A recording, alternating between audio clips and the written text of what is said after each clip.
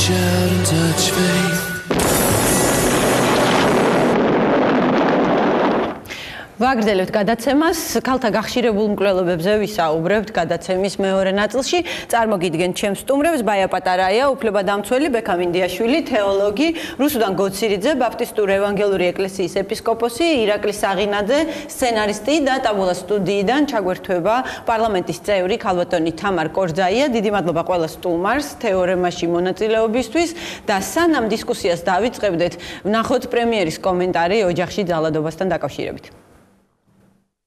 რაც შეეხება კრიმინალურ ვითარებას.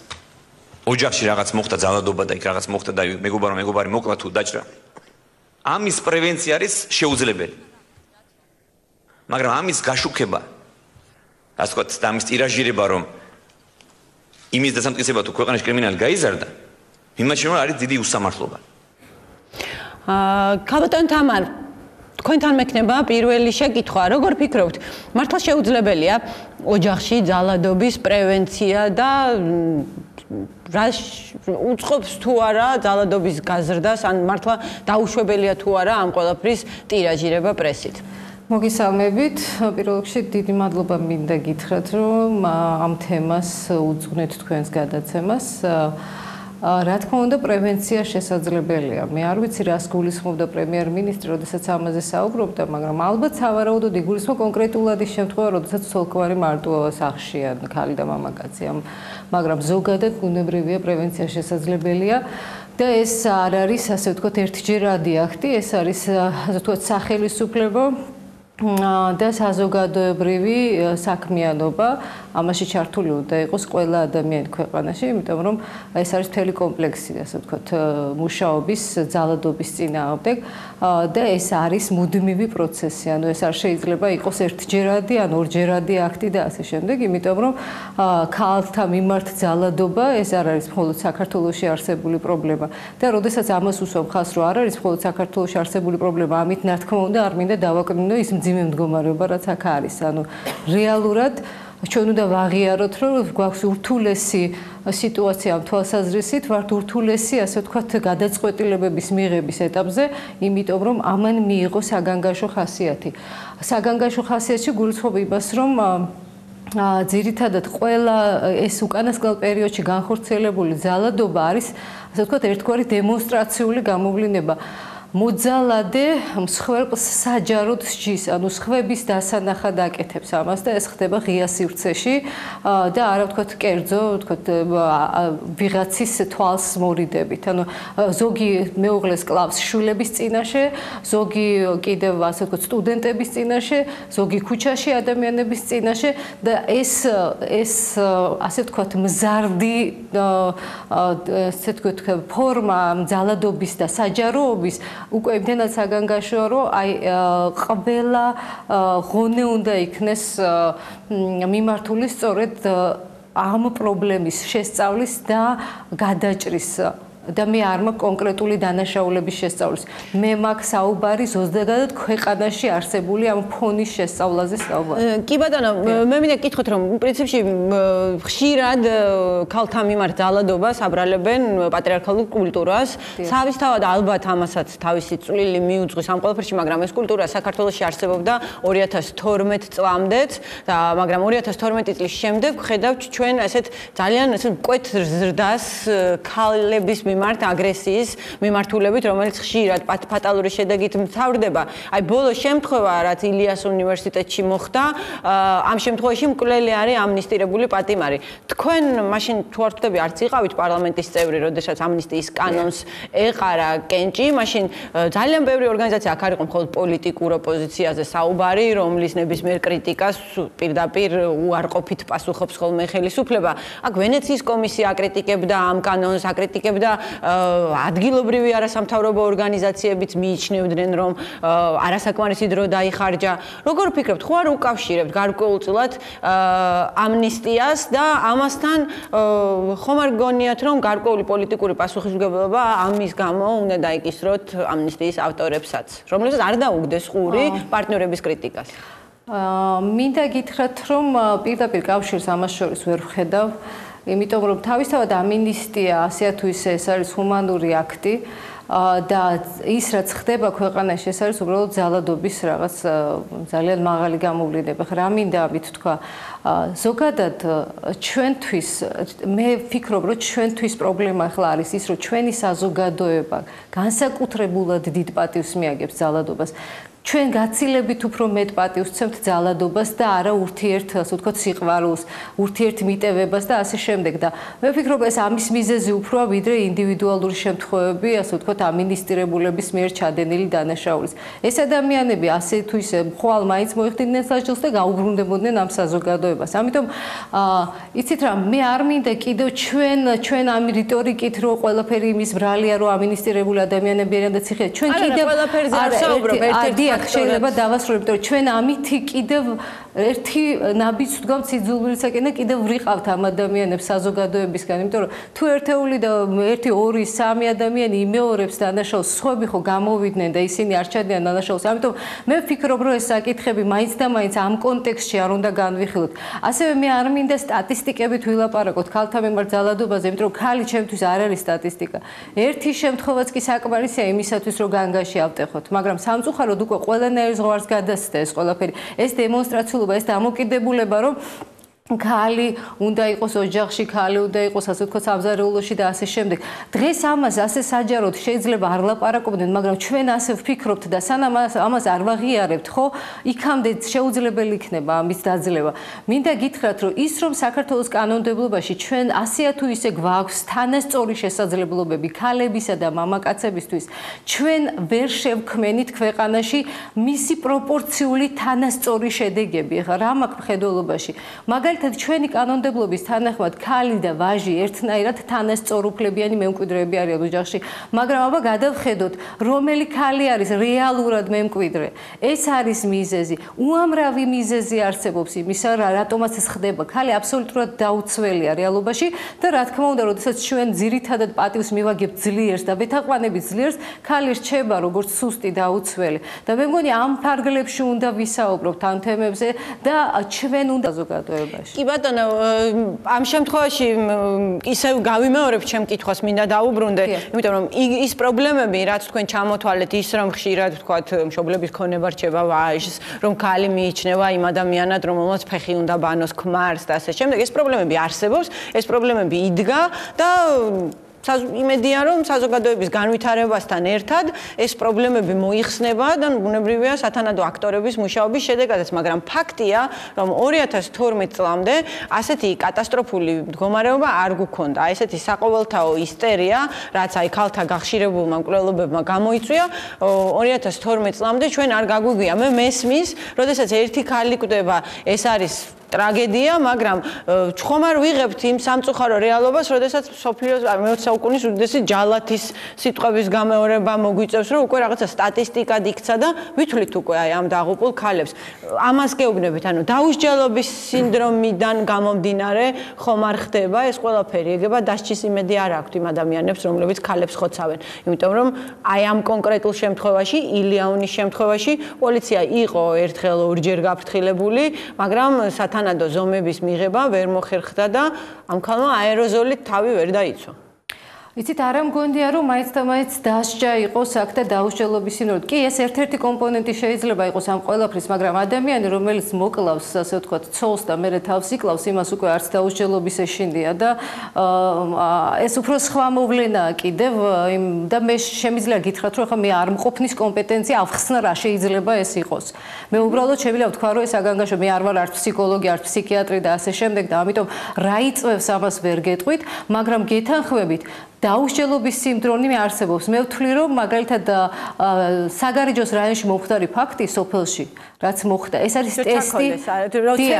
ეს არის ტესტი ხელისუფლებისთვის და მე ამაზე გავაკეთე კომენტარი. დამნაშავე ამ შემთხვევაში, მოცემულ შემთხვევაში იყო არა მხოლოდ ისინი, ვინც ცემდა ამ ქალს უშუალოდ ხელს ურტყამდა, არამედ ის, ვინც უყურებდა და პოლიციას არ ატყობინებდა. აი ეს არის დაუსჯელობის სინდრომი და სანამ არ გავიაზრებთ ამას, რომ ჩვენ ყველანი თანამონაწილე ვართ, როდესაც არ ვატყობინებთ პოლიციას ძალადობის ფაქტებს, იქამდე შეუძლებელი იქნება და რა თქმა უნდა იარსებებს დაუსჯელობის სინდრომი. მე მეცაც გეტყვით, წუხელ 3 საათამდე ვერ დავიძინე, იმიტომ რომ მწერდნენ ჟურნალისტები, რომ გურჯაანის ერთ-ერთ რაიონში მამა ათხოვე ემსახურებდა 14 წლის გოგოს, დედას არ უნდოდა. განქორწინებული იყო დედა და დედა ვერ ერეოდა, იმიტომ რომ მამამ წაიყვანა შვილი. და მიუხედავად იმისა, რომ მივწერე სისხლის სამართლის კოდექსის ამ მუხლის შესაბამისად არსებობს ესეთი მუხლის იძულება. ასევე მივწერე ბავშვთა უფლებათა კონვენციის მუხლები და ვთხოვე რომ დედამ შეიტანოს საჩივარი და მე უკვე როგორც პარლამენტის წევრი გავაკონტროლებ ამ ყველაფერს, დედამ ვერ გააკეთა ის და მე ამ წუთის მდგომარეობით არ ვიცი რა ბედი ეწია ამ ბავშვს. ყველაზე დიდი ტრაგედია არის ის, რომ მშობლები შვილზე ზრუნვით და პასუხისგებლობის საფარქვეშ ამ საბურველის ქვეშ იჩენენ დიდ უპასუხისგებლობას. ისინი შთანთქავენ თავიანთი შვილების ცხოვრებას. ამაზე უნდა ვილაპარაკოთ ალბათ ყველაზე მეტი და რა თქმა უნდა ამის პარალელურად პარლამენტსაც აქვს თავისი ფუნქცია. მე ვფიქრობ, რომ ჩვენ უნდა გადავხედოთ, როგორც ჩვენ ვერ გადავხედოთ ეს პრეზიდენტის მიერ არის დამტკიცებული, მაგრამ ოჯახში ძალადობის სამოქმედო გეგმას, ასევე გენდერული თანასწორობის სამოქმედო გეგმას და არსებული რეალობიდან გამომდინარე უფრო ეფექტური გავხადოთ ის. კი ბატონო. და კიდევ ერთი შეკითხვა, თქვენ ცხადია გექნებათ შესაძლებლობა, რომ სტუდიაში მიმდინარე დისკუსიასაც ადევნოთ ყური და თქვენი თქვათ პასუხი გაგვცეთ. ბოლო კითხვას დაგისვამთ, აი ბესელიას ამნისტიის შედეგების გათვალისწინებით, რამდენად მიზანშეწონილია და აპირებთ თუ არა თქვენ მხარი დაუჭიროთ ბატონი გიავოლსკის შემოთავაზებულ ამნისტიის პროექტს, რომელიც ითვალისწინებს ყველაზე მძიმე დამნაშავეებისთვის უადო პატიმრობა მისჯილი ადამიანებისთვის ამნისტიას. ამის გაკეთება ბესელიამაც კი ვერ გაბედა. რას ფიქრობთ ამაზე? და მიზანშეწონილია თუ არა ამ პირობებში, როდესაც არა მხოლოდ ქალების მიმართ ძალადობა, არამედ ზოგადად საზოგადოებაშია ესეთი განწყობა, რომ კრიმინალმა მკვეთრად იმატა, მიუხედავად იმისა, რას ამბობს სტატისტიკა და ხელისუფლება, რამდენად მიზანშეწონილია ამ ნაბიჯის გადადგმა? იცით რა, მე არ ვარ დარწმუნებული, რომ სწორად გავიგეს თქვენ. მე ვიცი ერთი კანონპროექტის შესახებ, რომელიც ეხება უვადო პატიმრობა მისჯილთათვის, ასე ვთქვათ, სასჯელის გადახედვის ვადის შემცირებას. კი? ამაზე მეკითხები? კი, ამაზე გეკითხებით. დიახ. ამ კანონპროექტში გულწრფელად გითხრათ, მე პრობლემას ვერ ხედავ, იმიტომ რომ თუ 25 წლის მერე შეგვიძლია უვადო პატიმრობა მისჯილების, ასე ვთქვათ, სასჯელის გადახედვა მოხდეს, რატომ არ შეიძლება მოხდეს 20 წელი? ეს ხო არ ნიშნავს ამტომატურად მათ განთავისუფლებას და საერთოდ როგორც მოიტანეს. ეგება ვინმე უკვე ზის 20 წელია, კიდე 5 წელი აქვს დარჩენილი და ხვალ გამოდის. და ეს თავისთავად ჩვენ ეს ნიშნავს, რომ უბრალოდ 20 წლის მერე ეს არ ნიშნავს გამოსვლას არავითარ შემთხვევაში. მე არ მინდა რომ მაყურებელი იყოს შეცდომაში შეყვანილი. ეს ნიშნავს იმას, რომ ჩნდება შანსი, რომ გადაიხედოს ამათი სასჯელები თუ არა. ავტომატურად ძალიან ცოტაა სტატისტიკა უვადო პატიმრობა მისჯილებთან დაკავშირებით, რომ ესე გამოსულიყვნენ 25 წლის მერეც. მაგრამ არსებითად მე ვფიქრობ, ეს არ შეიძლება შევადაროთ წინა ამინისტიას, ეს აბსოლუტურად სხვა მოვლენაა. და მე ვფიქრობ, რომ ეს არის ჰუმანური მიდგომა. ნებისმიერ შემთხვევაში ეს არ ნიშნავს მათ ავტომატურ გამოშვებას. ეს მხოლოდ და მხოლოდ სასჯელის გადასინჯვის შესაძლებლობაა. სასჯელის გადასინჯვის შესაძლებლობა, რამაც შეიძლება გამოიწვიოს ის, რომ ვინც 20 წელია უკვე ციხეშია, შეიძლება გამოვიდეს. კი ბატონო, ქალბატონო თამარ, თქვენ გექნებათ აუცილებლად გადაცემაში ჩართვის შესაძლებლობა, შემდეგი კითხვა. ერთს დავამატებ თუ შეიძლება. კარგით, თქვენ მკითხეთ და არ მიპასუხნია, ეს ეხებოდა მედიის მიერ გავრცელებას და უწყობს თუ არა მედია ხელს, ვთქვათ, ამ ძალადობის ასე ვთქვათ. კი, ამას თქვენ პასუხობთ. მე მინდა გითხრათ, რომ რა თქმა უნდა, იმ პოზიციას არ ვეთანხმები, რომ მედიამ ეს არ უნდა გააშუქოს პირიქით. მე შორს ვარ ნამდვილად იმ აზრისაგან, რომ ძალადობა 2012 წლამდე არ არსებობდა და ასე შემდეგ, მაგრამ თუ 2012 წლის მერე მედია ამას აშუქებს, ეს არის ძალიან კარგი. 2012 წლამდე არ აშუქებდა, თქვენ გიდათ მხოლოდ რომ კავკასია და მაესტრო არ აშუქებდნენ. ბაბადეთ, ახლა მე სხვა რამე ვთქვის, აბსოლუტურად შორს ვარ იმას შეიძლება და ვაზუსტებ. თუ არ აშუქებდა მეთქი, ხო მე არ მეთქვი არ აშუქებდა და თუ ახლა აშუქებს, რომ არ აშუქებდა? მე არ მაქვს ამაზე დაკვირვება ჩატარებული, ამიტომ ვერაფერს ვერ ვიტყვი. დაშვებას ვაკეთებ მხოლოდ. მაგრამ თუ ახლა და რადგან ახლა აშუქებს, ეს არის ძალიან მნიშვნელოვანი მოვლენა, იმიტომ რომ მედია გვაფხიზლებს, აკეთებს თავის ფუნქციას. მაგრამ არის მეორე ეთიკური წესები აქვს მედიას და მთავარი არის რომ გამომსახველობითი ფორმით არ გააკეთოს. მან არ აღწეროს ასე ვთქვათ მკვლელობის ჩადენის ასე ვთქვათ საშუალებები როგორ მოხდა, სად მოხდა, რომ ამან ზედმეტი ემოცია თუ არა ინფორმაცია რა თქმა უნდა მოგვაწოდოს. მე არავითარ შემთხვევაში არ ვარ მომხრე იმისა, რომ ვიღაცამ გადაწყვიტოს მედია რას გააშუქებს და რას არა. მე ამ პრინციპებზე ვიყავი პარლამენტის წევრი სანამ გავხდებოდი, ამით ვიქნები მომავალშიც. მთავარი ის არის, რომ არსებობს ქცევის კოდექსები, რომელიც ადგენს თუ როგორ უნდა მოხდეს ძალადობის გაშუქება და მე ვთხოვ მედიას, რომ აი ამ პრინციპების შესაბამისად მოახდინოს ყველაფერი. კი, ცხადია, ამ თხოვნაში მეც გიერთდებით, შემდეგი კითხვა ქალბატონ რუსუდანთან მექნება. ქალბატონ რუსუდან, როგორ ფიქრობთ რა არის ქალთა გახშირებული ხალხთა მკვლელობების გახშირების მიზეზი თქვენი დაკვირვებით თუ შეიძლება რომ თქვენი დაკვირვება გაგვიზიაროთ. ფაქტია რომ გახშირებული. ნამდვილად. დიდი მადლობა რომ ამას მიუძღვენით გადაცემა და ამაზე უნდა ძალიან ბევრი ვილაპარაკოთ და უნდა იქნეს ამაზე საუბარი ყველა ფორმაში და ყველა სიუჟეტში. კი, ეს 4 თვის განმავლობაში უკვე მეორე გადაცემა ამ სტუდიაში. მაშინაც გახშირებულ მკვლელობებზე ვსაუბრობდით, უკვე იმ დროის მონაცემები 4 თუ 5 თვის წინანდელი მონაცემები შემაშფოთებელი იყო ნამდვილად. მე ვფიქრობ, რომ ქალებზე გახშირებული ძალადობა არის ერთ-ერთი ტოტი იმ გახშირებული ძალადობებისა, რომელიც არსებობს ამ ქვეყანაში. სხვადასხვა ფორმით. შეიძლება ცოტა პარანოიკულად კი ჟღერდეს, რომ ყველაფერი როგორ შეიძლება ხარ რელიგიური უმცირესობებს დაუკავშირო, ან ყველაფერი დაუკავშირო რაღაც. მაგრამ მე მგონია, რომ ეს არ არის ესე ცალ-ცალკე ამოსული სატკივრები, ეს არის ერთი დიდი სატკივარი სხვადასხვა გამოვლინებები, როცა ამ ქვეყანაში რაღაცნაირად სუსტის, დაჩაგვრის, წახალისების სიომ დააბერა, ნამდვილად დააბერა და მე მგონია რომ ამ რიგში დგას ნიგზიანიც, 17 მაისიც, ეს ქალებიც და ზოგადად აი ეს ძალმომრეობითი მიდგომა, აი ეს სულ იყო ჩვენ საზოგადოებას ეს სატკივარი სულ ჰქონდა. უბრალოდ რატომღაც ვფიქრობ რომ ამ შემთხვევაში ზურგის ქარი იგრძნო ამ მიდგომამ. ზურგის ქარი იგრძნო ამ მიდგომამ. ბექარას გულის რა თუ შეიძლება როგორ გაიგე ქალბატონ რუსუდანის სიტყვები? გამარჯობა, მეც მადლობას მოგახსენებთ ამ გადაცემისთვის. და ამ თემატიკის გამოწვევისთვის. მე უფრო უსტარმე რაც თქვა, ამაში ვეთანხმები აბსოლუტურად, რომ იზოლირებულად ძალადობის პრობლემა, თქვა ქალთა მიმართ ძალადობა, პოლიტიკური ოპონენტების წინააღმდეგ ძალადობა, თუ რელიგიური უმცირესობების თუ განსხვავებული სექსუალური ორიენტაციის მქონე ადამიანების წინააღმდეგ ძალადობა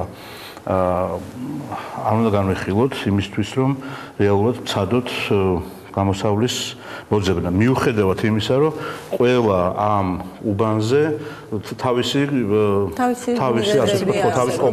კომპლექსია მიზეზებისა მთელი, ხო? პატრიარქალური კულტურა, შეუწყნარებლობა და ასე შემდეგ. მაგრამ არსი იმისა თუ რატომ ჩემი აზრით, თუ რატომაც გაიზარდა დღეს მკვლელობების რაოდენობა, ქალის მკვლელობის რაოდენობა თუ რელიგიური უმცირესობების დევნის სიხშირემ რატომ იმატა, თუ პოლიტიკური ოპონენტების წინააღმდეგ დევნამ რატომ ასე საგრძნობლად მოიმატა, ხო? არის ის, რომ ამჟამინდელი ხელისუფლება არც მალავდა მაშინ, როდესაც ოპოზიციაში იყო და ხელისუფლებაში მოსვლის შემდეგაც არ მალავდა, რომ ის ყველაფერში გაატარებს უმრავლესობის ნებასურველს. ის არ დაუპირისპირდება ქვეყნის უმრავლესობას. იქნება ეს მამაკაცების ძალაუფლება. რეალურად ქალები ვართ ისე უმრავლესობა, რომ იცოდეთ. ასე რომ ეგრეა, მაგრამ თუ დაუკვირდებით რა კულტურის მატარებლები არიან ის ადამიანები, რომლებიც ამის შესახებ პარლამენტის ტრიბუნიდან ლაპარაკობენ, მაგალითად ეკა ბესელია. ამ შემთხვევაში ვნახავთ, რომ ის ლაპარაკობს უმრავლესობის ინსტინქტებზე დაფუძნებით. და ჩემი აზრით, ეს უმრავლესობის ინსტინქტის მიდევნა ნიშნავს იმას, რომ ეს ქვეყანა ნაბიჯ შორდება ლიბერალურ დემოკრატიულ იდეალებს და დასავლურ სამყაროს თუ შეიძლება ასე ითქვას. ეს არის ტოტალიტარული ინსტინქტი, რომელიც მეთოდურად, ბიძანმიმართულად იწყებს განსხვავებულების განადგურებას. რა შეიძლება გააჩეროს ეს ინსტინქტი? ერთადერთი გზა არსებობს. ნუ როგორც ამბობენ ხოლმე, ორი ბორბალი აქვს ამ ძალადობის წინააღმდეგ ბრძოლას. ერთი არის განათლება და მეორე არის, რა თქმა უნდა, სახელმწიფოს რეპრესიული ფუნქცია. ჩვენ ვხედავთ, რომ 2012 წლის ოქტომბრიდან უმცირესობების წინააღმდეგ, ნებისმიერი უმცირესობის წინააღმდეგ ჩადენილ დანაშაულს ხელისუფლება ერთი რომ არ პასუხობს ადეკვატურად, მეორე რომ მათი წარმომადგენლების რიტორიკა ერთი-ორი გამონაკლისის გარდა თავადონ თამარი იქნება ალბათ ერთ-ერთი ეს ვიგულისხმებ უფრო სწორედ ზუსტად არის წამახალისებელი და მესამე ის რომ თავად მონაწილეობს ამ დანაშაულში. ამ შემთხვევაში კონკრეტული ფაქტები შეიძლება მოვიყვანო, როგორ იყო ჩაბმული რელიგიური უმცირესობების დევნაში და არის კიდევაც ახლა ჩაბმული ხელისუფლების წარმომადგენლები, გნებავთ გამგებლების დონეზე, გნებავთ შინაგან საქმეთა სამინისტროს წარმომადგენლების დონეზე თუ უშუალოდ პრემიერი როგორ ერთვება მოლაპარაკებაში და ახმოვანებს ექსტრემისტების პოზიციას აი ახლა მუსლიმების წინააღმდეგ ორი თვის წინ თუ თვენახევრის წინ დაწყებულ კამპანიაში აი ქობულეთში რომ თქვა არაძლევენ მუსლიმებს შეაძლებლობას გახსნან პანსიონატი. ხომ ამაში მონაწილეობს ხელისუფლება ამ მოლაპარაკებებში იმის თაობაზე რომ მუსლიმებმა გადაიტანონ ეს პანსიონატი სხვა ადგილას. ხელისუფლება არის ხმა ამ ექსტრემისტული საქართველოსდან გაიტანონ თუ იმ ტერიტორიიდან გაიტანონ ეს ეს არის მთავარი პრობლემა ჩემი აზრით და აი ამ პრობლემის გარშემო კონსოლიდირებას, პრობლემის დაძლევის გარშემო კონსოლიდირებას თუ ვერ შეძლებს ჩვენი სამოქალაქო ასე ვთქვათ, საზოგადოება, მაშინ ეს პრობლემა გაგრძელდება ისევ და გაცილებით უფრო სახიფათო რეალობაში მოგვიწევს ჩვენ ცხოვრება, ვიდრე აი ახლა ვართ თუნდაც. აი ბექას თემა რომ გავაგრძელო,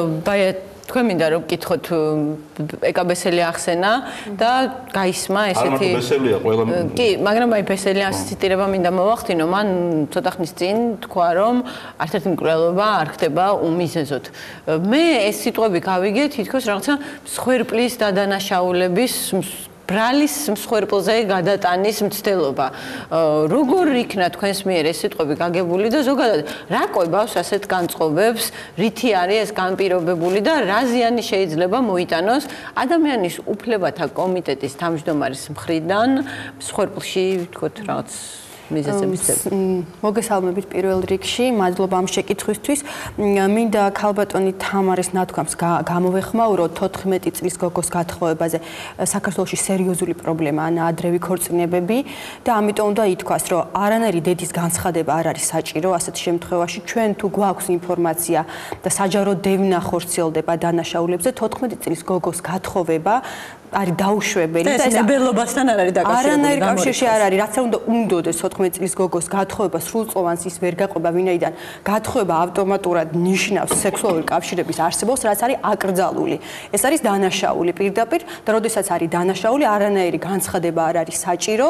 მთავარია სამართალდამცავმა სტრუქტურებმა შეიტყონ ამ ინფორმაციის შესახებ და შემდეგ უკვე მათი ვალდებულება რეაგირება მოახდინოს. ქალბატონი ნინო გიორგობიანის ანუ ორი კვირის წინაც იყო მსგავსი შემთხვევა, როდესაც მშობლები დაკარგულ 14 წლის გოგონას ეძებდნენ, გაირკვა რომ იმან იქორწინა ბრჭყალებში, ლეგალურად ესეთი რამე არ არსებობს 21 წლის ადამიანზე და შინაგან საქმეთა სამინისტრომ მას შემდეგ რაც მის კვალს მიაკვლია, საზოგადოებასთან ურთიერთობის ხელმძღვანელმა ქალბატონმა ნინო გიორგობიანმა დიდი სიხარულით გვამცნო რომ გოგო თურმე თავისი დებით გათხოვილა და პრეტენზიები მშობლებს არ აქვთ. აი თითქოს აი ნიშანი მოგვიგო რომ აი ხომ გვადანაშაულებთ რომ უმოქმედოები, მაგრამ 14 წლის გოგონას სექსობრივი კავშირი სრულწლოვან ადამიანთან არის დასჯადი სისხლის სამართლის კოდექსის მიხედვით და ამას გვერდს ვერაულის ვერავინ. და ეს არის ძალადობა. ეს არის გოგონებზე ძალადობა. ვერაულის ამას რა თქმა უნდა ჩვენ დავინტერესდებით და ბოლომდე მიუყვებით თუ რა ეტაპზე არის ასე ვთქვათ გამოძიება ამასთან დაკავშირებით შეწყვეტილია თუ არა საპროცესო გაფორმდა თუ რა ტიპის რეაგირება მოყვა. წინააღმდეგ შემთხვევაში თუ ნაციონალურ დონეზე ვერ მოხდება ამაზე ადეკვატური რეაგირება, ყოველთვის არსებობს საერთაშორისო ინსტიტუციები და მიმართავთ არ არის პრობლემა. რაც შეეხება რომ დავუბრუნდეთ თქვენ შეკითხვას იგივე ბესელიასთან და ან იმ განცხადებასთან დაკავშირებით, რომელიც პრემიერმა რამდენიმე თვის წინ გააკეთა და იმედი მაქვს ახლა ასე აღარ ფიქრობს და ახლა უფრო შეშფუთებულია, თუმცა ჩვენ მართლა არ უნდა გვჭირდებოდეს ეს ისტორიულად მზარდი სტატისტიკა იმისთვის, რომ შევშფოთდეთ ფემიციდით, ანუ ქალთა მკვლელობით. რაც შეეხება ბესელიას განცხადებას, ეს არის უპასუხისმგებლო განცხადება, თუ ანალიზს გავუკეთებთ, ესე იგი, არ ხდება ავტომატური დაგმობა მკვლელობის და როდესაც საუბრობთ, რომ მიზეზები არსებობს, ეს იგულისხმება, რომ ვცდილობთ რაციონალიზაციას ამ მიზეზების და მოვიაზრებთ, რომ შეიძლება არსებობდეს რაღაც მიზეზი, რომელმაც სულ ცოტა მორალური გამართლება მაინც შეიძლება მიცეს ამ დანაშაულს. ბუნებრივია, სამართლებრივად გამართლება ვერ ექნება, მაგრამ სამწუხაროდ ფემიციდი არის ძალიან სპეციფიური დანაშაული და ღირსების დანაშაულად ითვლება. და ყველაზე დიდი მხარდაჭერა აი იმათ, ვინც ამ დანაშაულს ჩადის, სწორედ აქვს მორალურ საფუძველზე. რა თქმა უნდა, ეს არის ფსევდომორალი, როდესაც ის თulis ადამიანი რომ თავის საკუთარ ღირსებას თუ ოჯახის ღირსებას თუ რაღაცა ღირსებას ასე ვთქვათ იცავს და მორალურ უპირატესობას განიცდის. სწორედ აქ არის მნიშვნელოვანი საზოგადოების ადეკვატური რეაგირება. როგორც კი დაიწყებენ ხოლმე, აი მედიას აქვს ძალიან დიდი როლი. რა თქმა უნდა, გაშუქება არის მნიშვნელოვანი, მაგრამ როგორ ვაშუქებთ? ჩვენ თუ აი როგორც კი მედია იწყებს მიზეზების მოკვლევას და რომანტიზებას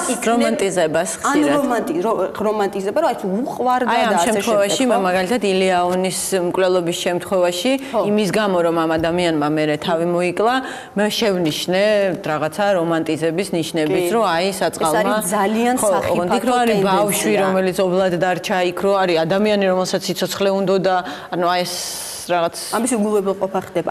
აი, როდესაც მედიის როლზე ვსაუბრობ და სხვათა შორის უკვე თვითონაც სვავენ ამ შეკითხვას მედიის წარმომადგენლები, რომ აი როგორ გავაშუქოთ, ანუ რას ნიშნავს სწორი გაშუქება. ქალბატონმა თამარმა სწორად აღნიშნა ეთიკის კოდექსის შესახებ, მაგრამ აი ერთი ტენდენცია შეინიშნება. ყველა აშუქებს დანაშაულს, მაგრამ არავინ არ აშუქებს რა მოხდა.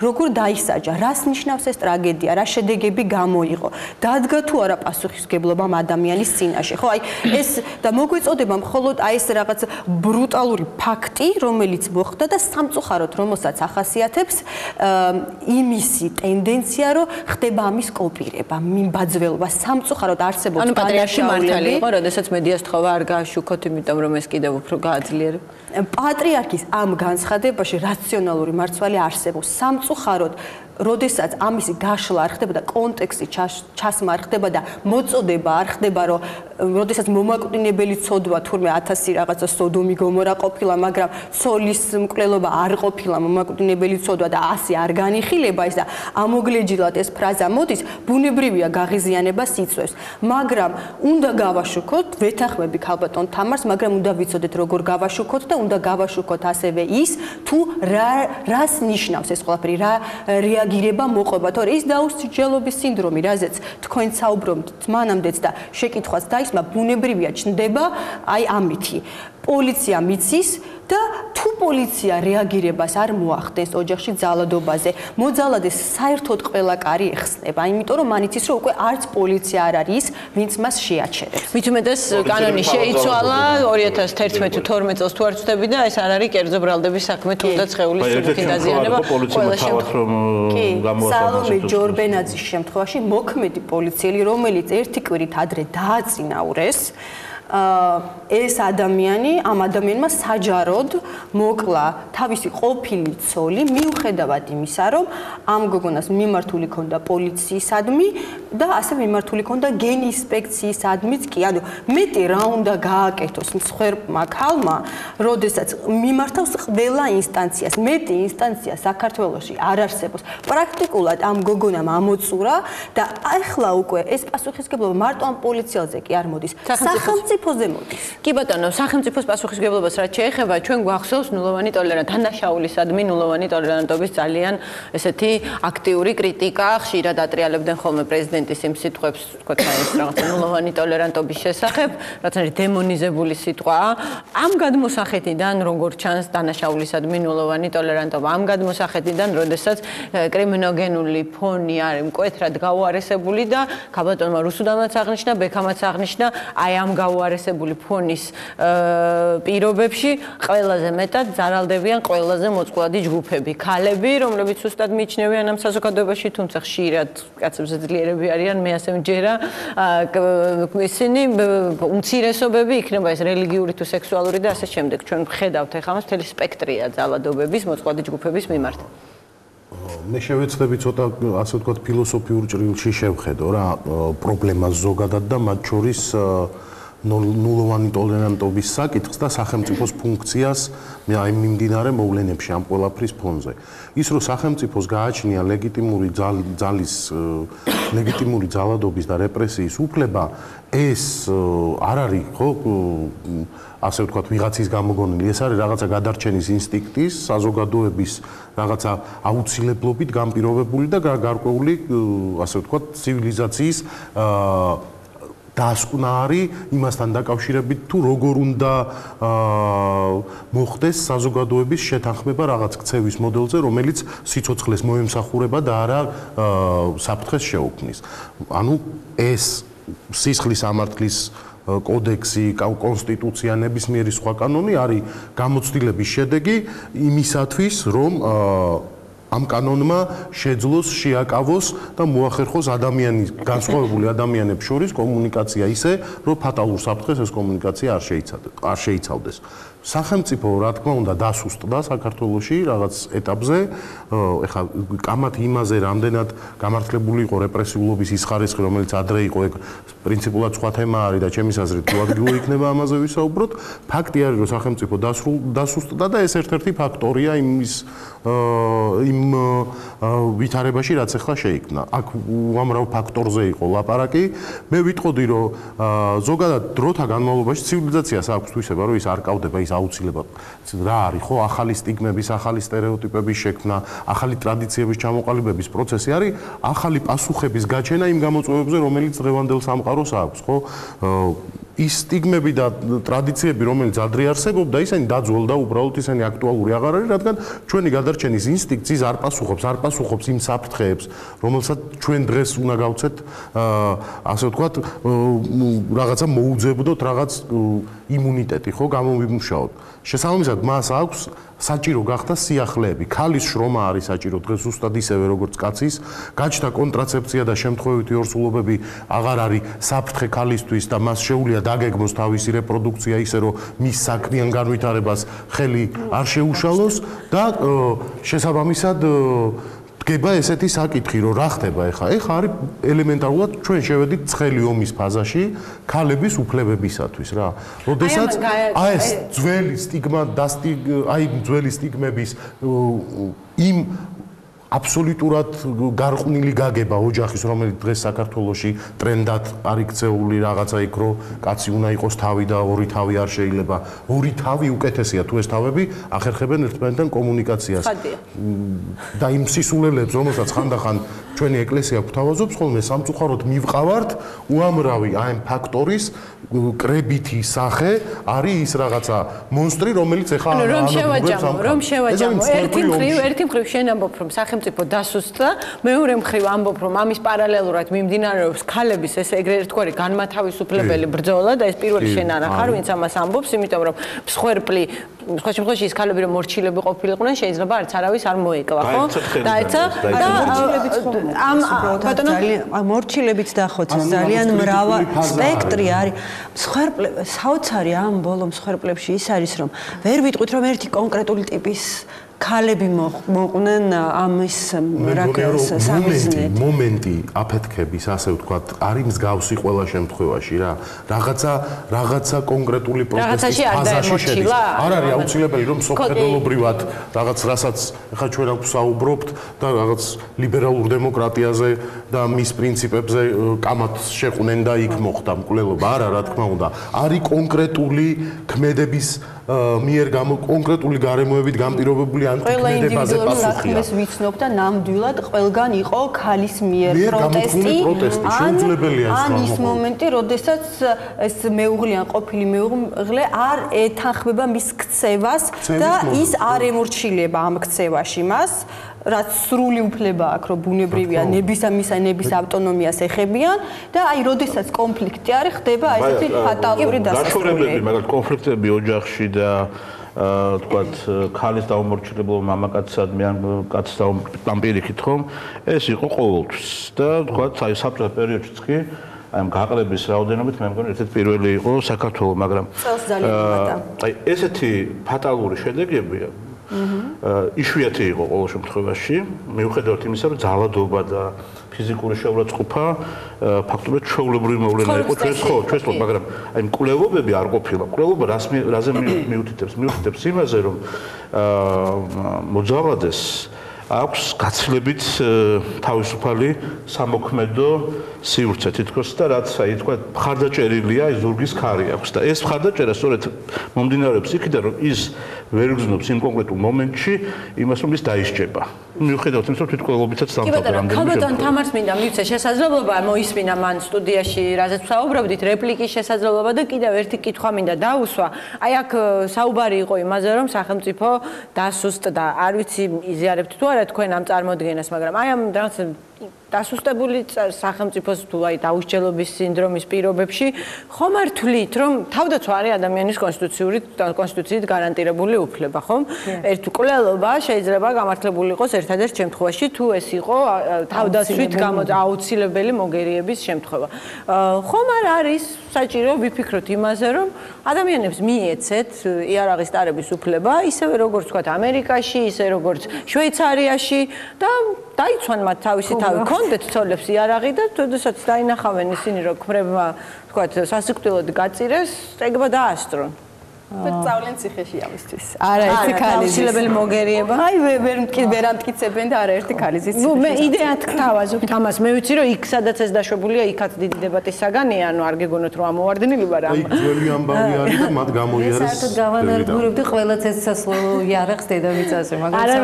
არა თანხმებით თქვენ იმას რომ თუ შვიდობა გსურთ ომისთვის უნდა ემზადოთ პისმეიკერი იარაღი ორივე მხრიდან შეიძლება დასჯას და განცდას რომ არ დაისჭებიან ადამიანები.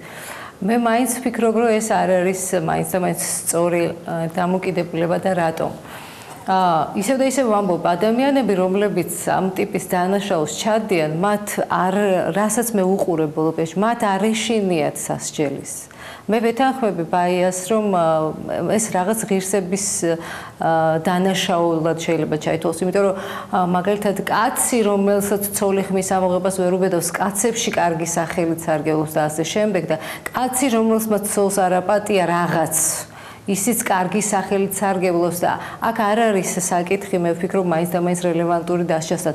მე უფრო ცოტა სხვა კუთხით შევხედავ. ზუსტად ეს არის ერთ მაგალითად გავიხსენებ თუ გვაქვს დრო. 2004 წელს ქალბატონის სანდრა რულოვსის ორგანიზაციაში მე მიწვეული ვიყავი ახ როგორც ახალგაზრდა იურისტთა ასოციაციის თანამშრომელი და იურიდიულ კონსტატაციებს გავცემდი და იქ მოვიდა ქალბატონი რომელსაც ქმარი ყავდა არაქართველი ქართულ მეუღლეს იყო გაშორებული, იმასთან სამი შვილი ყავდა და მე მეოთხე ყავდა თურქი ეროვნების მოქალაქისგან. მე ეს თურქი ეროვნების მოქალაქე აღმოჩნდა მოძალადე და ბოლოს ეს ქალი გაშორდა მას, მაგრამ ჩვილი ბავშვი ყავდა მოყვანილი და ის მეუღლე ურეკავდა ყოველ წამს ჩემს თვალწინ და ეუბნებოდა რომ ბავშვს წაართოვდა და წაიყვანდა თურქეთში. და ეს ქალი იყო ძალიან მძიმე ფსიქოლოგიურ მდგომარეობაში, ჩვენ ველაპარაკეთ ქალბატონ სანდრას და მან მიმართა ასე ვთქვათ იმ დაწესებულებებს, სადაც უნდა განითავსებინა და ასე შემდეგ. ერთი სიტყვით პოლიცია მაშინაც უძლური იყო, რა მინდა ამით თქვა და მაშინ ეს ამბავია არც გავრცელებულა, არც არაფერი. აქ გავრცელებაზე მთელი არსი იმაში მდგომარეობს, რომ ეხლა იფეთქა სწორედ ამ ყველაფერმა და მე ვიზიარებ იმ პოზიციას, რომ ეს არის ბრძოლა. და ამ ბრძოლაში, როდესაც კაცი ხედავს, რომ უკვე ქალს ვერ იმორჩილებს, ის სრულიად უძლურია და სწორედ იმას მიმართავს, რაც შეუძლია, ძალას იყენებს, რომელთაც აჯობებს ქალს. ამიტომ აქ მე მგონი მხოლოდ სასჯელზე ლაპარაკის არარელევანტურია. შეიძლება სასჯელი უნდა იყოს ადეკვატური, როდესაც არ შეატყობინე პოლიციას, როდესაც უკვე დაგიჭერენ და აუცილებლად უნდა მოგისაჯონ, მაგრამ მხოლოდ და მხოლოდ სასჯელის ზომების გამკაცრება ამას ვერაფრით ვერ უშველებს. იმიტომ რომ როდესაც კაცი ქალს ვერ იმორჩილებს, ის უკვე ძალას მიმართავს და აქ ის უკვე საკუთარ ყველაზე დიდ უძლურებას ამჟღავნებს. აქ ხომ მხოლოდ ქალების მიმართ ძალადობის გახშირებულ შემთხვევებში არ არის საუბარი, ზოგადად კრიმინოგენული ფონის დამძიმებაზე. მე ვფიქრობ, რომ ფიზიკური ძალადობის გამოვლინება ყოველთვის უკავშირდება რაღაცის შიშს, როდესაც მაგალითად იგივე უმცირესობების შემთხვევაში ეს არის რაღაც ირაციონალური, რომ აი გარყვნიან ქვეყანას და გარყვნილება შემოიტანენ და ასე შემდეგ. გასაგებია, მაგრამ სახელმწიფო არსებობს იმისთვის, რომ ამ შიშების რეალიზების შესაძლებლობა ნამდვილად არ ვარ ადვოკატი სახელმწიფოს და ამაზეც გეტყვით ახლა აბსოლუტურად არ მერდება, იმიტომ რომ ხელისუფლება ზუსტად იმისთვის არსებობს, რომ რაღაც მეტი გააკეთოს, ვიდრე რიგი მოქალაქეებმა, რა, იმიტომ ვართ ხელისუფლებაში, რომ მეტი ძალის ხმევა გავწიოთ პრობლემების. ყოველ შემთხვევაში უსაფრთხოება ერთ-ერთი უპირველესი აბსოლუტურად ამაში გეთანხმებით, ამიტომაც მინდა საუბარი იმაზე, რომ თქვათ მე ვფიქრობ, სასიცოცხლოდ მნიშვნელოვანია, რომ მაგალითად პოლიციის თანამშრომლების არა ტრენინგები, არამედ მათი დამოკიდებულების კვლევა ჩატარდეს. დამოკიდებულების საერთოდ ძალადობის მიმართ და ოჯახში ძალადობის მიმართ. იმიტომ რომ ეს არ არის მხოლოდ ქალებზე ძალადობა. ეს არის ყველა იმ ბავშვზე ძალადობა. ოჯახში ძალადობის შემთხვევაში ყველა ბავშვი, რომელიც ამ ოჯახში იზრდება, არის ძალადობის მსხვერპლი. ამიტომ არის მე მაგალითად ძალიან ბევრი მაკრიტიკებს იმ ჩემი პოსტის გამო, სადაც თქვი, რომ არ არსებობს ქალი საქართველოში, რომელიც ერთხელ მაინც არ ყოფილა ძალადობის მსხვერპლი. არც მე დაგეთანხმეთ, არ გამიკრიტიკები ხარით, მაგრამ არ დაგეთანხმეთ. არა, იმიტომ რომ ეს შეიძლება არ ხდება ოჯახში, მაგრამ ეს შეიძლება ხდებოდეს სხვაგან სკოლაში და ასე შემდეგ, ეს შეიძლება ხდებოდეს ცნობიერად, არაცნობიერად და ასე შემდეგ და ყველა ბავშვი რომელიც ესეთ ოჯახში ცხოვრობს და ეს არის მე ეს რას შედეგს მოიტანს წლების შემდეგ კიდევ აღარ ვიცით. ამიტომაც აი მე ვფიქრობ რომ ხელისუფლება მართლა სერიოზულად აღმასრულებელმა ხელისუფლებამ უნდა მიხედოს იმ სამოქმედო გეგმებს, რომელიც დამტკიცებული აქვს და რაც შეიძლება უფრო ეფექტიანი უნდა გახადოს ეს სამოქმედო გეგმები და აუცილებლად მიაყოლოს ყველა ფინანსური უზრუნველყოფა ამ ყველაფერს. ჩვენ ეხლა ვიხილავთ ბიუჯეტის შესახებ კანონს. მე დღეს დავუგზავნე ყველა სახელმწიფო დაწესებულებას ჩემი წერილი, რომელთაც ვთხოვ, რომ მომაწოდონ ინფორმაცია ბიუჯეტში თუ როგორ აისახება გენდერული თანასწორობის შესრულების, სამოქმედო გეგმის შესრულება ფინანსურად, იმიტომ რომ ეს არის სასიცოცხლო საკითხი, რომ არ დავდგეთ ჩვენ 2015 წელს აი ესეთი ყველაფერი გენდერული თანასწორობა, ქალების ემანსიპაცია ასე შემდეგ, ეს არის აუცილებლად ვთქვათ, რაღაცა რეალურად განსახორციელებელი, მაგრამ არის რაღაცა შორს მიმავალი გეგმები, ხო, ესეთი ადამიანების ფასეულობები, რაღაცა წინ და არ არის, რომელსაც გაიხდი და ახალს ჩაიცმევ. ამ შემთხვევაში, აი ამ კონკრეტულ შემთხვევაში რაღაცა შორს მიმავალი გეგმები კარგია, დავგეგმოთ ყველაფერი. რა უნდა მოვიმოქმედოთ? რა რეკომენდაციას აძლევთ თქვენ სამართალდამცავ ორგანოებს და ზოგადად იმ ხელისუფლების იმ წარმომადგენლებს, რომლებიც ქვეყანაში დანაშაულის წინააღმდეგ ბრძოლის პოლიტიკას განსაზღვრავენ. მე ვფიქრობ, აი სიმკაცრე, სადაც უნდა გამოვიჩინოთ იმ პოლიციის თანამშრომლებთან, რომლებიც ზედაპირულად მოიკიდებიან ოჯახში ძალადობას.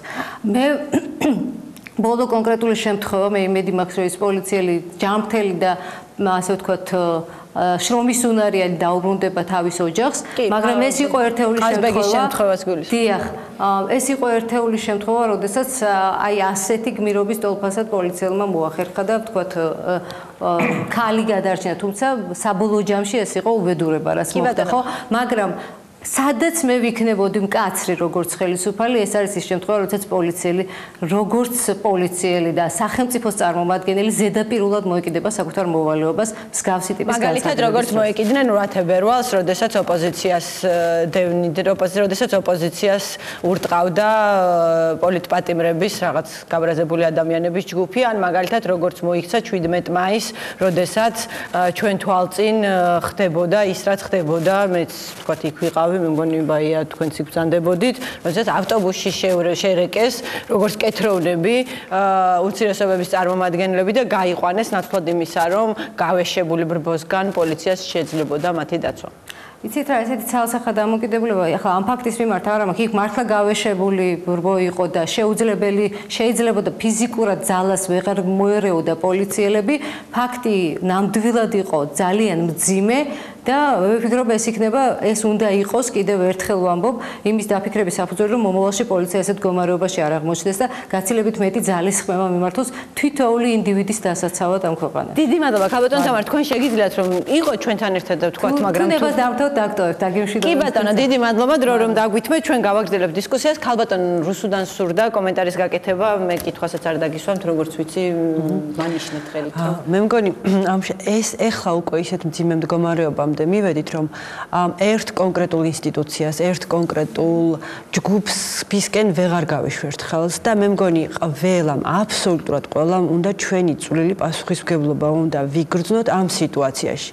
უნდა იგრძნოს ეს პოლიციამაც, სახელმწიფომაც, უფლებადამცველებმაც, ქალთა ორგანიზაციებმაც, მედიამ, ეკლესიამ.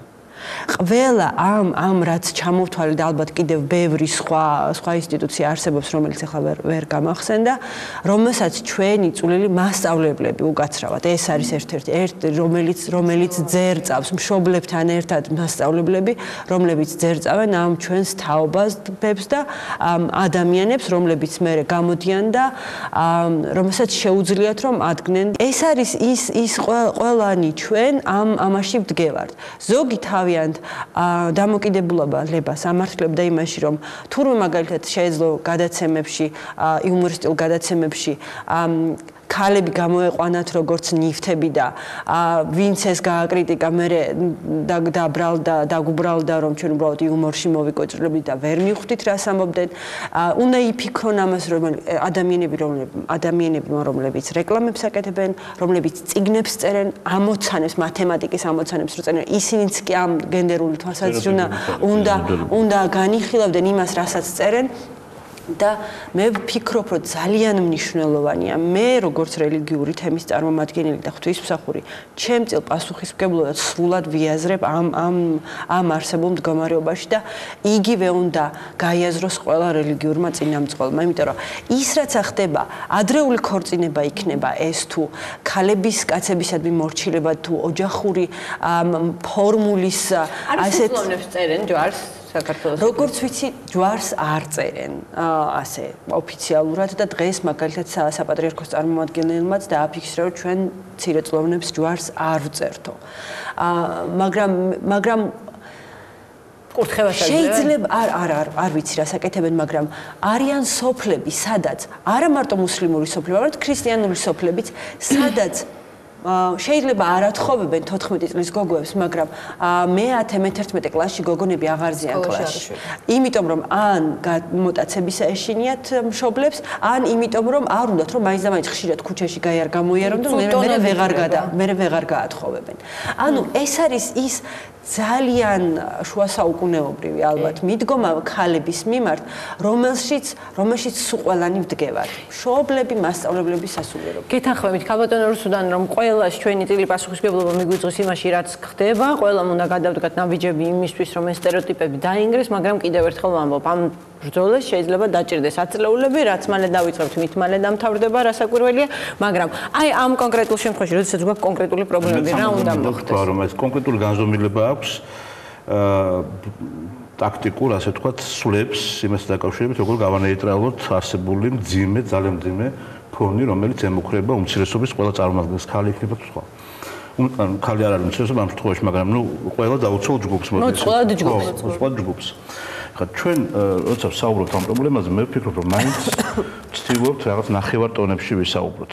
მაშინ, როდესაც პრობლემა გაცილებით უფრო სერიოზულია, იმიტომ რომ ქვეყნის პოლიტიკური ხელმძღვანელობა პირდაპირ არის აფილირებული მაგალითად ისეთ ჯგუფთან, მე ამას მედიას ვერ დავარქვი, როგორც დასავალია. იქნება ეს სტატუსი ნახე, 4 ფაქტორი გაქვს ჩამოთვლილი და ერთ-ერთი ზუსტად ქართული ოცნება პლუს დასავალი. ანუ მედიას არ განვიხილავ ამას. პირველი ფაქტორი, ჩემი აზრით, არის მაინც საპატრიარქო და შეუწყებლობის ის მასშტაბური, ასე ვთქვათ, ველი, რომელსაც ის ქმნის ჩვენ საზოგადოებაში ყველა უმცირესობის წინააღმდეგ და ყველა განსხვავებული კულტურის თუ აზრის მქონე ადამიანის წინააღმდეგ. საპატრიარქო უნდა ვთქვათ, რომ არის ყველაზე ავტორიტეტული ორგანიზაცია საქართველოში, ხო? დღემდე ინარჩუნებს გამზომლად დიდ ავტორიტეტს, ხო? შემდეგ ჩემი აზრით არის ეს პოლიტიკური ძალაუფლება, ხელისუფლება, რომელიც პირდაპირ არის ასე აფილირებული შეუწყებლობის და ყველანაირი სიძულვილის მხადაგებელ ორგანიზაციასთან ასავალ-დასავალთან, ხო? პირდაპირ მოუწოდებს პრემიერი, რომ სოლიდარულები ვიყოთ ასავალ-დასავალისადმი. ივანიშვილი პირდაპირ აცხადებს, რომ არაერთხელ განაცხადა, რომ ყველაზე კარგი, ხო, საყვარელი, ხო, ფლაგმანია თუ რაღაც. ადამიანის უფლებების კომიტეტის თავმჯდომარე გახლავთ შეუწყებლობით გამორჩეული ადამიანი. ყოველთვის თავმჯდომარემ ომბუდსმენმა პირველი ინტერვიუ ამის ასავალ-დასავალს მისცა. ტაბულასთან მან ჯერ არ უსაუბრია ინტერვიუს. ძალიან სერიოზული პრობლემაა ჩემი აზრით. იმიტომ რომ ასავალ-დასავალთან შეიძლება მხოლოდ ურთიერთობა მისი იგნორირებით. ანუ მასთან არ უნდა დაიჭირო, ვთქვათ, უფლებადამცველმა არანაირი კონტაქტი. თუ ვთქვათ, ამ ორგანიზაციის ფუნდამენტურ უფლებებს არ შეელახავენ, ასე რომ ვთქვათ, ან ადამიანების ფუნდამენტურ უფლებებს არ შეელახავენ და ცემა არავისი არ შეიძლება ნამდვილად და ყველა ადამიანი დასაცა ვინც არ უნდა იყოს, თუ კი ის, ვთქვათ, მსხვერპლი გახდება ძალადობის, ხო? შემდეგი არის მედია და ვთქვათ, აი ტაბულას და რამდენიმე მედია გამოცემის გარდა ნეტგაზეთი ლიბერალი სტერეოტიპებისგან თავისუფალი მე ვფიქრობ არც ერთი არ არის და პირიქით როგორ არის ცეცხლზე ნავთს ასხავენ თუ ასე შეიძლება ითქვას და განათლების სისტემა რა თქმა უნდა იმიტომ რომ ერთი რო თქვა როგორია პედაგოგთა კორპუსი და სკოლების ადმინისტრაცია და რა ტიპის ქცევას წაახალისებენ ხოლმე სკოლაში ბავშვებისას ხო და მეორეა როგორი არის საგანმანათლებლო ნარატივი თუ შეიძლება ასე ითქვას ამა თუ იმ საგნისა გადავხედოთ ლიტერატურულ ტექსტებს, რომელსაც ასწავლიან და ვიკვლევდი როგორ ისწავლება დამოკიდებულება განსხვავებული რელიგიური ჯგუფებისადმი, ხო? პირდაპირ არის მოტანილი ტექსტები, სადაც შეუწყალებლობა არის ახალისებული განსხვავებული რელიგიის მქონე ადამიანებისადმი, ხო? დარწმუნებული ვარ, უბრალოდ მე არ მიკვლევია, რომ თქვათ იგივე იქნება ქალებთან მიმართებით და საერთოდ სამოქალაქო განათლება როგორია, ისტორიას რა ჭრილში აწვდიან და ასე შემდეგ. აი ეს არის კომპლექსი, რომელსაც ჭირდება მასშტაბური რეფორმირება და ზოგადად ამ რეფორმის შედეგად უნდა დაიწყოს საზოგადოების ტრანსფორმაციის პროცესი, მაგრამ მანამდე უპირველესი ამოცანა ჩემი აზრით არის ის, რომ სამართალდამცველებმა შეასრულონ თავიანთი ფუნქცია და პოლიტიკური ძალაუფლება გაემიჯნოს ძალადობის რიტორიკას და ძალადობის წახალისებას. აი ეს არის ძალიან მნიშვნელოვანი. აი ამას უნდა მივახციოთ როგორც მინიმუმ. კი ბატონო, ირაკლის და ბაეს მივცე რეპლიკების საშუალება მინდა, რომ შევაჯამოთ საუბარი და უნდა დავასრულო, იმიტომ რომ გადავაცილე ყველანაირ დროს. დღეს რაღაც ბევრი სტუმარი ყავდა, ისე გამოვიდა და მადლობა რომ აქვს საშუალება. ერთი ინფორმაცია გაგაცნოთ. დღეს გავრცელდა ამის შესახებ პირველად ინფორმაცია. მოკლედ ჩვენ ქალებმა, მოდი ასე ვთქვათ, იმიტომ რომ ეს ვერ მივხვდი, სქესის გარშემო რატო აკეთებთ ამას? კი, გეტყვით, რატო აკეთებთ, გეტყვით. მქონდა ერთი დახურული სამუშაო ჯგუფი და მეორე გვექნება ხვალ. ეს არის ადამიანები, რომლებმაც ძალიან მკაფიოდ დააფიქსირეს პროტესტი და გამოთქვეს მზადყოფნა, რომ ჩაერთონ ნებისმიერი ტიპის კამპანიაში, რომელიც ამ პრობლემას წინ აღუდგება და შევეცადეთ, რომ გარკვეული ქალები მიუხედავად მათი პოლიტიკური, იდეოლოგიური კუთვნილებისა, რომელიც ამ პრობლემას მწვავედ აღიარებს და განიცდის, ასე ვთქვათ, შეგვეკრიბა, ქალბატონი რუსუდანიც ბრძანდებოდა, დაახლოებით 40 ადამიანი შევიკრიბეთ ეს საკმაოდ სპონტანურად დახურულ შეხვედრაზე და ვისაუბრეთ რისი გაკეთება შეიძლება. ამ ეტაპზე შევთანხმდით იმაზე, რომ 25 ნოემბერს უნდა გავაკეთოთ სახალხო აქცია, სადაც იმდენი ადამიანის მობილიზება შევძლებთ, რომ ეს ადამიანები გარეთ გამოვიდნენ, რამდენსაც რეალურად ეს პრობლემა აწუხებს. ეს ერთი მომენტი, ხო? მეორე მომენტი თქვენ შეკითხვას, რომ პასუხო, რატომ ამ შემთხვევაში მარტო კაცები? მე ვფიქრობ, რომ კამპანიაში ყველა უნდა ჩაერთოს, რა თქმა უნდა, კაციც, ბავშვიც, მოხუციც, ქალიც. მაგრამ საქართველოში პრაქტიკულად არ არსებობს სივრცე, სადაც ქალები არიან გადაწყვეტილების მიმღები.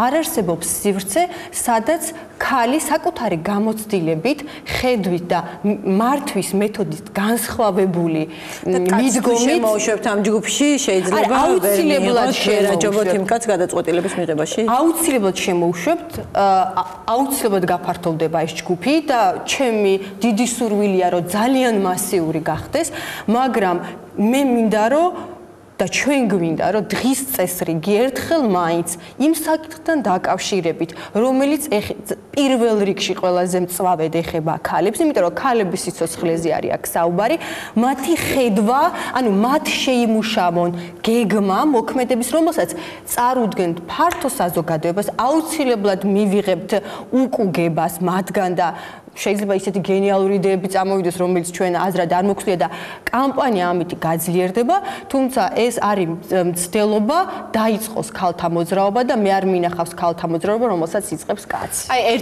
ერთი შენიშვნა მექნებოდა თუ ნებას მომცემთ, ერთი ეს არის რომ მე ვფიქრობ რომ ქალები მაშინ უფრო ძლიერდებიან, როდესაც კაცების თანდასწრებით ახერხებენ თავისი უპირატესობის დამტკიცებას და კაცების მონაწილეობით კაცებსვე ჯობნიან იმ კაცებზე უფრო ჭკვიანურ გადაწყვეტილებებს თავაზობენ ამა თუ იმ პრობლემით და აქვთ უნარი რომ ის ადამიანი დაარწმუნონ რომ ის არის ლიდერი, ქალი არის ლიდერი და კაცი მას უნდა წაყვეს. ანუ ამ შემთხვევაში ხომ არ იქნებით თქვენ აღქმული როგორც რაღაცა ქალების კლუბი, რომლებიც რაღაც თავისთვის რაღაცას აკეთებს. როგორც უკვე გითხარით, ეს არ იქნება დახურული სივრცე არავითარ შემთხვევაში. როგორც კი ჩვენ შევთანხმდებით სახელწოდებაზე, სლოგანზე, მიზანზე და ამოცანებზე, ამ ეტაპზე.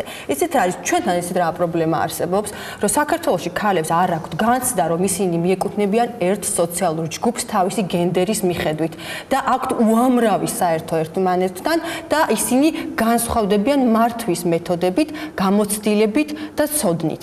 უნდა შეიქმნას სივრცეები, სადაც დღის წესრიგს შექმნიან ქალები. სამწუხაროდ, ესეთი სივრცე საერთოდ არ არსებობს არც პარლამენტში, არც ხელისუფლების სხვა შტოში, არც კერძო სექტორში. ყველგან 10-დან 15%-მდე მერყეობს ქალების მონაწილეობა, ხოლო მეცნიერულად დადასტურებულია, რომ იმისთვის, რომ დღის წესრიგზე გავლენა მოახდინო, უნდა შეადგენდე 30%-ს მაინც. ამიტომ ჩვენ ვცდილობთ და გვაქვს მცდელობა, რომ დავიწყოთ ქალთა მოძრაობა, რომელიც მხოლოდ ფემიციდით არ შემოიფარგლება და ზოგადად ქალთა უფლებებზე იმუშავებს და ეს იყოს ქალების ინიციატივა, რომელსაც შემოუერთდება ყველა სოლიდარული ადამიანი და ძალიან დიდი იმედი მაქვს, რომ უამრავი კაცი გამოიჩენს სურვილს და იქნება ძალიან აქტიური მონაწილე აი ამ დიდი კამპანიის, რომელსაც ჩვენ კიდევ ვისურვებდი, რომ ბევრი მარგარეტ ტეტჩერი ყოფილიყო ქვეყანაში, რომელიც შეძლებდა საყოველთაოდ კაცებისგან შემდგარი კაბინეტისთვის სახელმძღვანელა, ისე რომ მისი თითისაწევაზე სტარტზე ყოფილიყო ყველა მისი კაბინეტის ყველა შემადგენელი. მე კიდევ ვისურვებდი, რომ ქალები იყვნენ მეტნი, არ ყავდეს ერთი დედა დედოფალი. არ გვჭირდება, ჩვენ გვინდა თანაბარი მონაწილეობა ჰორიზონტალურ საწყისებზე და არა ვერტიკალში მყოფი ქალი. ჩვენ ჰორიზონტალურ მართლობას მაინც. კი ბატონო, ირაკლი. მაგალითად ძალიან კარგი ინიციატივა იქნებოდა. კაბატონი რუსუდანი. ეს ეკლესია, რომელმაც ეს უზარმაზარი რეფორმა განახორციელა საქართველოში. ნამდვილად და ირაკლი. შევეცდები ძალიან მოკლედ თქვა, მაგრამ რაღაც სათქმელები დამიგროვდა და ესე იგი როცა ვლაპარაკობთ რაღაცა სწრაფ შედეგზე, როგორ უნდა მიაღწიოს სახელმწიფომ შედეგს იმ მომენტში, როდესაც რაღაცა პრობლემა მწვავდება და კონკრეტულად ეხა ეს პრობლემა. მან არის ძალიან მარტივი, სახელმწიფომ უნდა აკეთოს თავისი საქმე. პრობლემა იმაშია, რომ დღეს სახელმწიფო არ აკეთებს თავის საქმეს. აი მაგალითად, ქალბატონმა თამარმა ძალიან კარგი მაგალითი გაიხსენა ეხა ბოლო დღეების ზუსტად, როდესაც პოლიციელმა თავისი სიცოცხლის ფასად გადაარჩინა მოძალადე ქმნისგან ქალი, ის ადამიანი დაიღუპა, რაც სამწუხაროა, ეგ უკვე პროფესიონალიზმის საკითხია და იდეაში შეიძლება კონკრეტული მომენტის შესაძლებელიც არ იყო მისი, ხო, არ ქონოდა. სწორედ ეს არის სახელმწიფოს ფუნქცია. ის საზრდოობს გადასახადებით, რომელსაც იხდის ამ ქვეყნის მოსახლეობა და ის როდესაც ერთი ჯგუფი დემოკრატია რა არის, ხო? უმცირესობის უფლებების დაცვა არის უმრავლესობისგან. თუმცა უმრავლესობა ირჩევს ხო ხელისუფლებას, გასაგებია. როდესაც ვიღაც იჩაგრება, სახელმწიფო აგრესიას იღებს თავის თავზე. ის ანაცვლებს მსხვერპლს, სხვანაირად მსხვერპლს ვერ გადაარჩენს. სრულ სისულელედ მეჩვენება სახელმწიფოს თავისმართლება იგივე 17 მაისთან დაკავშირებით, რომ ჩვენ გავარიდეთ ხალხი იმას, რა ქვია, გავეშებულ ბრბოს. გავეშებული ბრბოს აგრესია წამოიღო პოლიციას თავის თავზე. იჭერ რამდენიმე წამქეზებელს, მღვდელს იმ კონკრეტულ შემთხვევაში, ის მერე არა ვიღაც სამ კაცზე ბრაზობს, რომელიც იქ პროტესტს გამოთქვამს. არამედ ბრაზობს სახელმწიფოზე, რომელმაც დაიცვა ეს სამი კაცი იდეაში, მაგრამ აგრესია ამ ხალხის მიიღო თავის თავზე. იმ შემთხვევაში ის ხო ლუსტრაცია იმ ხალხის, თუ ის ხალხი კანონმორჩილი ამ ქვეყნის პატიოსანი მოქალაქეა, დაუჯერებს პოლიციას და წავა სახლში, თუ არა, უნდა დაისაჯოს საკუთარი ქცევის შესაბამისად. ეს მოხდა ამ შემთხვევაში, როდესაც ეხა პოლიციელმა ყაზბეგის ქუჩაზე აიღო აგრესორის აგრესია, მიიღო თავის თავზე. მიიღო მისგან ტყვია. ეს არის სახელმწიფოს ფუნქცია. სახელმწიფო მე ის აგრესორი დასაჯა. ამ შემთხვევაში ნუ ფატაურად, მაგრამ შეიძლება სხვანაირადაც, ხო? აი ეს არის პრინციპი. სახელმწიფომ უნდა აკეთოს თავისი საქმე. არაფერი განსაკუთრებული მოსაგონებელი მას არ აქვს. დაიცვას კანონი და აგრესორის აგრესია მიიღოს თავის თავზე და არა მსხვერპლზე. და პოლიტიკური გათვლები არ უნდა რა. ნუ ეგ არის ზუსტად 17 მაისი ხო ამის შედეგი იყო. 17 მაისი ხო ამის შედეგი იყო. სახელმწიფოს შეეშინდა დაპირისპირებოდა სამღვდელოებას, რომელიც წარმოადგენს ყველაზე ავტორიტეტულ ორგანიზაციას და არ მოერიდა მათ გაგაბაზებას. მაგალითებიც აქვს, როდესაც უშუალოდ ხელისუფლებამ დაგეგმა სპეცოპერაცია ჭელას მინარეთის უამრავი მაგალითი შეიძლება აქ მოვიყვანოთ, მაგრამ მე მაინც მინდა რომ თემას არ მოვწყდეთ და ისე ასე ვთქვათ ქალებზე ძალადობის თემაში დავრჩე და იყო ნახსენები რაღაც ირაციონალური შიშები რა, არ არსებობს ირაციონალური შიში. შიში არსებობს გაუაზრებელი შეიძლება, რომელიც ახლა რეფლექსიის ნაკლებობიდან მოდიოდეს და ვინმე ვერ ხვდებოდეს რისი ეშინია, მაგრამ თუ კარგად დაფიქრდები, ყოველთვის მიხვდები რისიც გეშინია. ეს არის და რატოა თან მანიფესტური ეს მკვლელობები, ხო, რეალურად საზოგადოების თვალწინ, აი ზუსტად ფილოსოფიურ ჭრილში ამის დანახვა, იმიტომ ვცადე რომ ეს მანიფესტურობა სწორედ იმ ბრძოლის გამოხატულებაა, როდესაც ვიღაც რაღაცა ჯგუფის წარმომადგენელი დემონსტრაციულად სჯის ვიღაც მეორე ჯგუფის წარმომადგენელს. ეს შეიძლება გაცნობიერებული, რა თქმა უნდა, იმ კონკრეტულ შემსრულებელს არ აქვს, მაგრამ ტენდენცია, მისი ბუნება განაპირობებს ამას, რომელიც იმ სტიგმებით არის დასაზრდოები, რაშიც, ვთქვათ, შუა საუკუნეებში ადამიანები ცხოვრობდნენ და ბევრი ხანი ვცხოვრობდით, რა. უბრალოდ დრო შეიცვალა დღეს. შესაბამისად, ეს აგრესია, ეს მანიფესტურობა ამ აგრესიის არა შეიძლება პირდაპირ მასია ვთქვათ დაუსჯელობის სინდრომთან, მინიმუმ მორალურ გამართლებასთან არის კავშირში, იმ საფრთხის, ვთქვათ, ადამიანმა თავი მოიკლა, ხო? ანუ რაღაც შინაგანი კამათი ქონდა, მაგრამ ის მაინც შეასრულა იმ ოჯახს, ძმაკაცებს, საზოგადოების რაღაც წრეს, რომელსაც მისთვის მნიშვნელობა ქონდა მათ აზრს საკუთარ თავზე, მათ კოჭი გაუგორა, მან აღასრულა რაღაც რაღაცა სადამსჯელო ოპერაცია ჩაატარა იმათთვის, რომ ვიღაცის გული გაეხარებინა, ვიღაცის თვალში გმირი ყოფილიყო. სხვა მოტივაცია მსგავს ქმედებებს არ აქვს. არაფერ შუაში არ არის სიყვარული, არაფერ შუაში არ არის ეჭვიანობა, ყველაფერი ძალიან ადვილად ნელდება. ამას მიხვდა სამყარო და იმაში, რა ქვია, ღალატი ან სხვა კაცთან ან სხვა ქალთან სექსი სისხლის სამართლის დანაშაული არ არის. მორალური კრიტერიუმი კი ამ შემთხვევაში არაფერ შუაში არ არის სიცოცხლის შენარჩუნებასთან და სახელმწიფო წესრიგის აღსრულებასთან. მოკლედ, ამორალურ ადამიანებიც აგრძელებენ სიცოცხლეს. ხო, რა თქმა უნდა. ამორალურ ადამიანსაც აქვს სიცოცხლის უფლება, უკანასკნელს ნედაცემულსაც, რადგან ნებისმიერი ცოცხალი, სხვა რო არაფერი ნებისმიერ მკვდარსჯობია ერთს ვიტყვი და დავასრულებ. ასე ვთქვათ, რომ შევაჯამო რა. ესეთი გამონათქვამი გამიგია, რომ ცოლქმრის ჭუბიო, გიჟსო, მართალი ეგონაო და მოდით ხალხო ცოტა ხანი ვიყოთ და ხანდახან მაინც ვიყოთ გიჟები რა. იმიტომ რომ აი ის ვინც ნორმალურობას გვინსაზღვრავდა ბევრი ხნის განმავლობაში, ბევრი საუკუნის განმავლობაში, ის ნორმალურობა დღეს სიგიჟია სწორედ და არ პასუხობს იმ გამოწვევებს, რაც დღეს ჩვენ გაგვაჩნია. ვიყოთ გიჟები. კი ბატონო, ვიყოთ გიჟები, მე თანახმა ვარ, რომ ვიყოთ გიჟები. საინტერესო რამაზე იყო ლაპარაკი, როდესაც ძველი ტრადიციები, ახალი რეალობა, ეს გამახსენდა სახარებისეული რო ძველ ტიკებს რომ ახალ ღვინოს რო ძველ ტიკებში არ ასხავენ, რაღაც ესეთი რამე გვაქვს, რაღაც ტრადიციებს რა არის ტრადიცია? ტრადიცია არ არის სადღაც ქვაში ამოტვიფრული. ცოცხალია. ეს ძალიან ცოცხალი, ამას მე და თქვენა ვქმნით, ხო? ის შექმნა მამაჩემის თაობა, მის პაპას თაობა, მის იმის პაპის თაობა. მაგალითად ქართული სუფრაგონიათ, აი დღევანდელი სუფრა, ქართული ტრადიცია, ხო ეს ხო არ არის, ეს არის წმინდა საბჭოთა ტრადიცია. ვის კონდა მაგდენი დრო ან მაგდენი საჭმელი. დღევანდელი ჩვენი ტრადიცია უნდა ჩვენ თვითონ გამოვძერწოთ, ჩვენ თვითონ უნდა ვთქვათ, რა არის ჩვენი და თანაც ტრადიცია არასოდეს არ არის მონოლითური იმიტომ რომ სხვადასხვანაირი ადამიანები ქმნიან და შენ თუ გინდა ეხლა რომ ქალებზე ძალადობა გააბრალო უკაცრავად ამ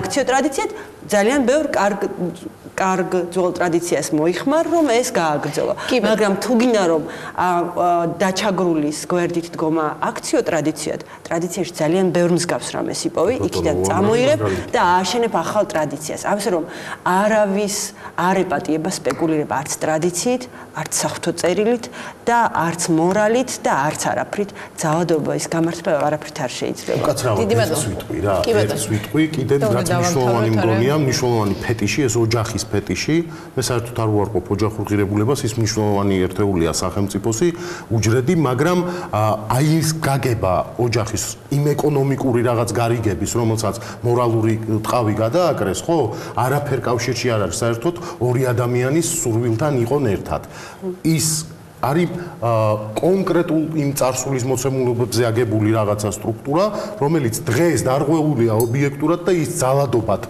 მხოლოდ და მხოლოდ იმიტომ რეალიზდება, რომ ყალბია და არის დღეს უკვე ფარისევლობის და იმ რაღაცა საკუთარ წარსულთან პრანჭვის მომენტი. მოდი გავეპრანჭოთ საკუთარ თავს, იმიტომ რომ ადამიანი ემსგავსება იმას, ვისაც ეპრანჭება. თუ გაეპრანჭები საკუთარ თავს, იქნები ის, ვინც ხარ რეალურად. კი ბატონო, ვიყოთ გიჟები, ვეპრანჭოთ საკუთარ თავს, უნდა დავასრულო გადაცემა, იმიტომ რომ ყველანაირ დროს გადავაჭერდები. დიდი მადლობა ჩემს სტუმრებს, დიდი მადლობა მაყურებელს, რომელმაც ასე გვიანობამდე გვიყურა. ჩვენ ერთმანეთს შემდეგ ხუთშაბათს შევხვდებით.